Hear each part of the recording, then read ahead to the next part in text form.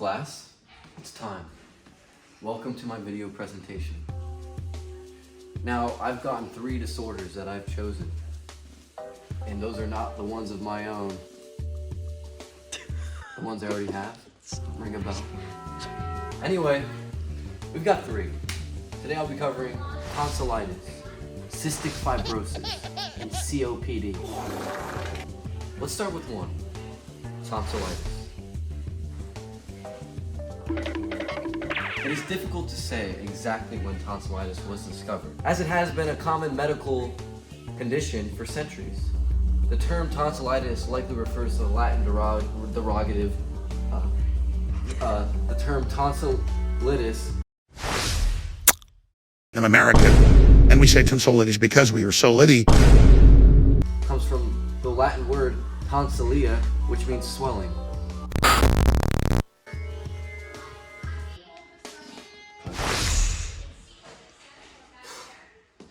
You might be asking, what are the causes of tonsillitis? I don't want this horrible disease flicking up my tonsils, making them big and red, swelling them up.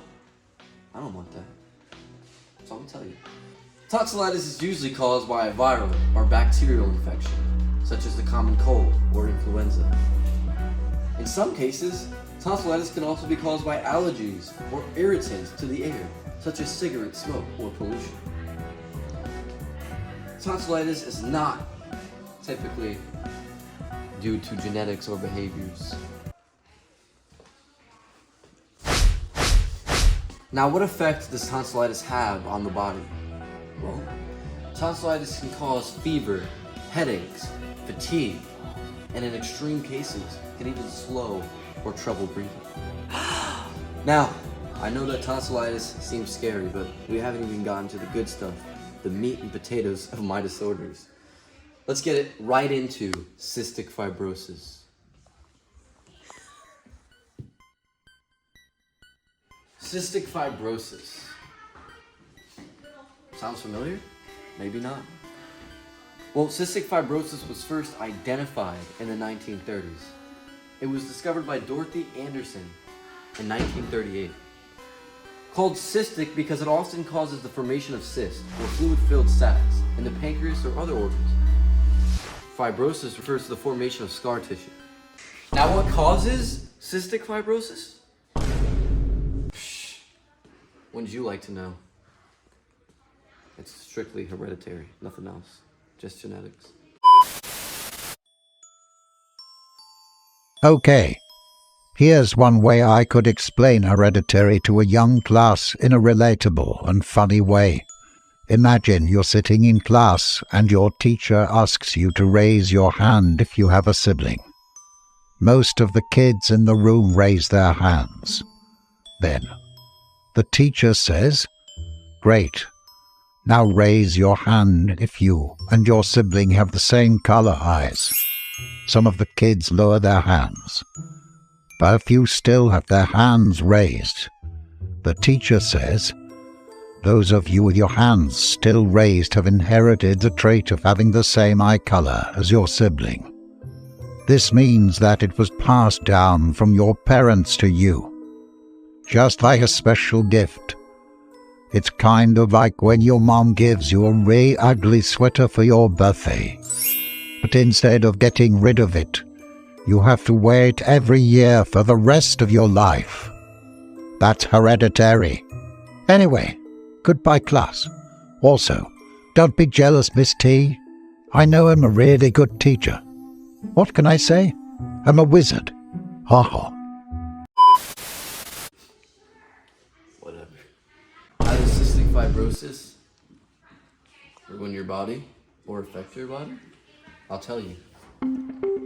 It affects the function of the lungs, pancreas, and other organs. In people with cystic fibrosis, the mucus becomes thick. The mucus becomes thick and sticky, which can clog the airways and lead to infections. Cystic fibrosis can also affect the pancreas, preventing digestive enzymes from reaching the small intestine and leading to malnutrition. Over Over time, these problems can lead to a loss of lung function and other complications, such as diabetes and liver disease. I don't make the rules. And for our third and final disorder, we have a special guest, COPD herself. COPD? Now, since we have the actual disorder here with us, I don't need to tell you anything. They're gonna tell you everything you need to know. Now, COPD, who exactly discovered you? Well, it's difficult to say who discovered me, cause I've been used for many different various conditions. But I've been discovered since late 1960. Wow. I didn't know COPD couldn't speak without stuttering. I'm just kidding. COPD did a great job. That's not funny. Okay. He made me a robot. He took my voice from me. Wow. Great speaking, COPD. On to the next question. COPD. What's up? What causes you? Some people think I'm caused by genetics, but no, that's not right. I'm caused by irritants. Oh, irritants, you said. Yeah, Damn. I don't want to be irritant anymore. irritated. COPD isn't here, which we are happy about after that recent thing you just saw. So, I'm going to answer the last question. What effect does COPD have on the body exactly? Well, that's easy. The airways in the lungs become narrowed and tightened, causing breathing difficulty, and sometimes even they get completely closed. Over time, COPD can lead to impaired ability to breathe and loss of lung function, which can lead to high blood pressure. I don't make the rules. Once again, I said it before, I'll say it again, I don't make them. I'm here to tell you what the truth is. I'm a truther. Anyway, guys, come down my way. Where are we gonna go now? I'd like to thank you guys for watching my video presentation. Because actually, not many people even like me. And not actually many people even want to hear my presentation. So it's actually pretty cool that you guys want to hear me. Just like that. Big Boy J, aka the Disorder Guy, 3, True Flay, is back and will be. Peace.